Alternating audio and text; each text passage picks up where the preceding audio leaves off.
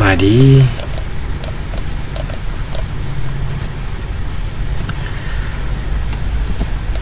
ไอที่ง่ายๆมื้อนี้แม่นเราจะมาเฮ็ด3ขั้นตอนในการเคลียร์หรือว่าจัดการไฟล์ขี้เหงื่อของแอปพลิเคชัน Facebook เดี๋ยวมาเบิ่งขั้นตอนนำกันเลยเนาะ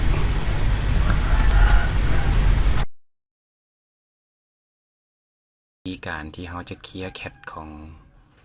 โทรศัพท์เนาะเพื่อให้เราได้เนาะแล้วก็ช่วยให้เราได้เคลียร์ขี้เหงื่อเนาะก่อนอื่นเบิดเข้ามานี้เนาะแล้วเข้ามาที่ตั้งค่าจากนั้นไปที่เลื่อนหาคำว่า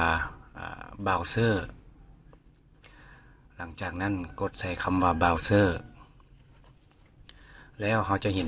คุกกี้และแคชเนาะตัวนี้กดลึบเพื่อลึบล่าง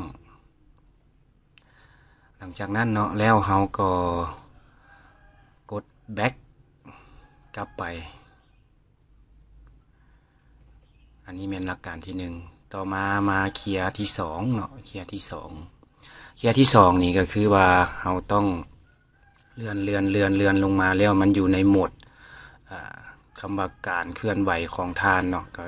เลือกเอาหัวข้อที่2นั่นก็คือบันทึกการเคลื่อนไหวหลังจากคลิกบันทึกการเคลื่อนไหวแล้วจะขึ้นมาการขั้นตอนการเคลื่อนไหวของทานอย่างแต่ละประเภทเลื่อนเพื่อเบิ่งเพิ่มเติมตัวนี้แม่นให้เฮากดออกแล้วเลื่อน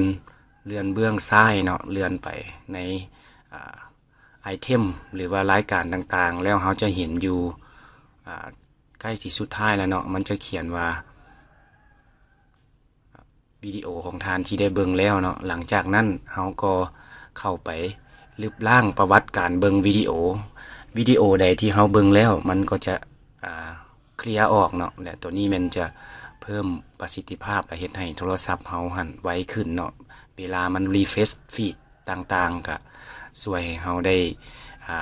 มัน